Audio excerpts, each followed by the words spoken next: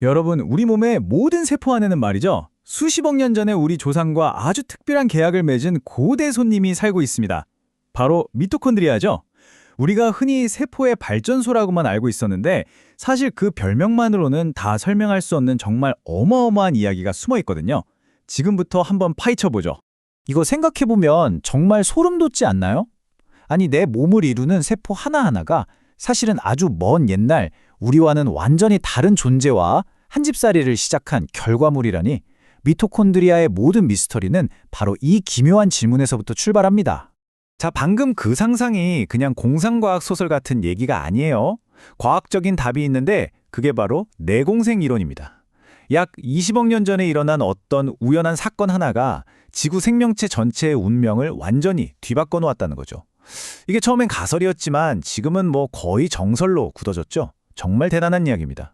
자, 그럼 과학자들은 대체 어떻게 우리 안에 이런 고대 이방인이 살고 있다는 걸 알아챘을까요? 그 놀랍고도 험난했던 발견의 여정 한번 같이 따라가 보시죠. 와, 근데 이 사실을 알아내기까지 무려 140년이 넘게 걸렸어요. 생각해보세요. 1841년에는 그냥 현미경으로 보니까 근육세포 안에 뭔가 작은 알갱이가 있네? 이 정도였어요. 근데 그게 수십억 년 전에 들어온 박테리아고 심지어 독자적인 DNA까지 가졌다는 걸 받아들이기까지, 와, 이 타임라인만 봐도 과학자들의 그 끈질긴 노력이 그대로 느껴지죠. 특히 여기서 리하르트 알트만이라는 분의 이야기는 정말 안타까우면서도 대단합니다.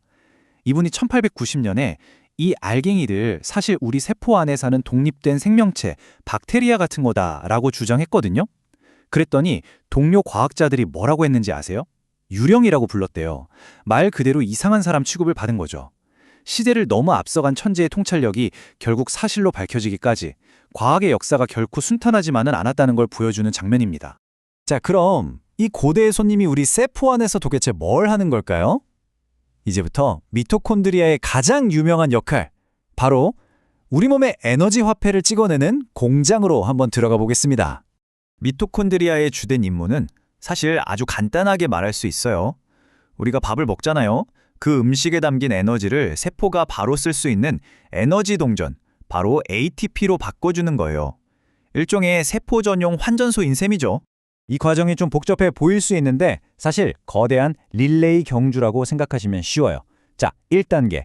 NADH라는 선수가 고에너지 전자를 탕 하고 출발선에 내려놓습니다. 그럼 이 전자가 2단계에 있는 단백질 복합체들을 막 통과해요. 달리면서 에너지를 뿜어내는 거죠. 바로 그 힘으로 3단계에서 양성자들을 막 건너편으로 펌프질해서 막 쌓아 올리는 겁니다. 마치 댐에 물을 채우는 것처럼요. 이 쌓인 양성자들이 어마어마한 잠재 에너지가 되는 거죠.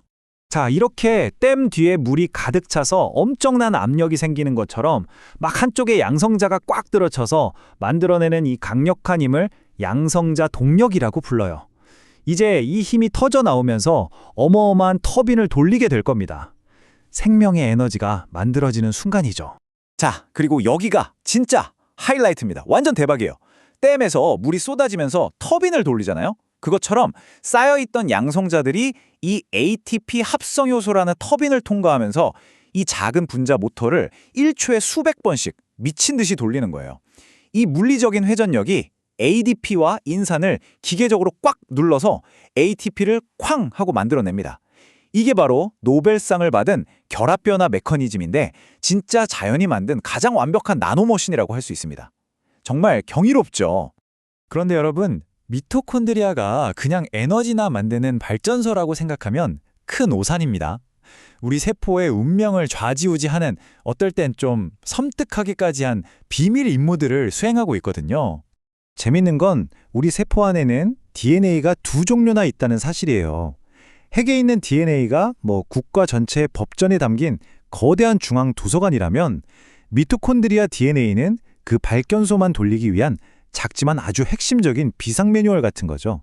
특히 중요한 건 이 mtDNA는 오직 엄마한테서만 물려받는다는 거, 그리고 핵 DNA보다 돌연변이에 훨씬 더 약하다는 점입니다. 자, 그리고 여기서 미토콘드리아의 가장 극적인 역할이 드러납니다. 바로 세포의 생사 여탈권을 쥔 자폭 스위치를 가지고 있다는 거예요. 세포가 너무 심하게 망가져서 더 이상 답이 없다 싶을 때, 자, 이제 그만 정리하자 하고 최종 명령을 내리는 게 바로 미토콘드리아라는 거죠. 그 과정이 아주 체계적이에요. 미토콘드리아가 사이토크롬 C라는 물질을 밖으로 딱 방출해요. 이게 일종의 사형집행 영장 같은 겁니다. 이 영장이 나오면 카스파제라고 불리는 세포 해체 전문팀이 바로 활성화돼서 세포를 아주 깔끔하게 질서정연하게 분해해버립니다. 이게 바로 세포자살, 아포토시스입니다. 이렇게 생명과 죽음까지 관장하는 엄청나게 중요한 엔진인데 만약 이게 고장나면 어떻게 될까요? 지금부터는 이 엔진 고장에 얼마나 심각한 결과를 낳는지 미토콘드리아 질환에 대해 알아보겠습니다. 생각해보세요. 도시의 중앙발전소가 고장나면 도시 전체가 힘들지만 특히 병원 응급실이나 공항 관제탑처럼 전기를 미친 듯이 쓰는 곳들은 그냥 바로 마비되잖아요. 똑같습니다. 미토콘드리아에 문제가 생기면 우리 몸에서 에너지를 가장 많이 쓰는 뇌, 심장, 근육이 가장 먼저 그리고 가장 심각하게 타격을 받게 됩니다. 지금 보시는 표가 바로 그런 미토콘드리아 질환의 몇 가지 예시인데요. 멜라스, 레버시, 머프, 이름도 참 낯설죠. 근데 이 병들이 일으키는 증상은 뇌졸중, 갑작스러운 실명, 발작, 정말 끔찍합니다. 그리고 이 모든 게 그 작은 미토콘드리아 DNA의 아주 사소한 변이 하나에서 시작된다는 게 정말 무서운 일이죠. 이렇게 절망적으로만 들리는 질병들 앞에서 당연히 과학자들도 가만히 있지는 않겠죠. 이제는 아예 이 고장난 엔진을 수리하거나 심지어 통째로 갈아 끼우려는 정말 놀라운 시도들이 이루어지고 있습니다. 의학의 미래를 한번 들여다보죠. 이게 바로 그 유명한 세부모 아기 기술, 미토콘드리아 대체 치료법, MRT입니다. 아주 간단하게 말하면 이거예요. 자동차 엔진에 심각한 결함이 있으면 엔진만 새 걸로 바꾸고 차체나 설계도는 그대로 쓰는 거죠. 여기서 엔진인 미토콘드리아, 설계도가 바로 부모님의 핵 DNA인 겁니다. 이렇게 하면 유전병이 자녀에게 넘어가는 걸 원천적으로 막을 수 있게 되는 거죠. 이게 무슨 공상 과학 영화 속 얘기가 아니에요. 현실입니다. 여기 보이는 숫자 8, 이게 바로 그 증거입니다. 2025년 7월 기준으로 영국에서만 벌써 8명의 아이가 이 놀라운 기술 덕분에 유전병의 고리를 끊고 건강하게 태어났습니다. 자, 여기서 한 걸음만 더 나아가 볼까요? 유전병 예방을 넘어서 이미 손상된 조직을 치료하기 위해 건강한 미토콘드리아를 그냥 직접 주사해 주는 건 어떨까요?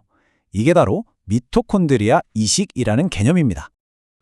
근데 그 잠재력이요, 정말 어마어마합니다. 이 그래프 좀 보세요. 심정지가 온 쥐에게 건강한 미토콘드리아를 이식해줬더니 생존율이 55%에서 무려 91%까지 그냥 수직으로 상승해버렸어요. 이건 뭐 말 그대로 거의 죽어가던 세포에 새 배터리를 딱 갈아 끼워서 되살려낸 거나 마찬가지죠. 이게 끝이 아닙니다. 지금 이 순간에도 나노로봇으로 미토콘드리아의 약물을 직접 배달하는 기술, 또 인공지능을 이용해서 희귀 질환을 진단하는 기술, 이런 혁신적인 연구들이 정말 활발하게 진행되고 있어요.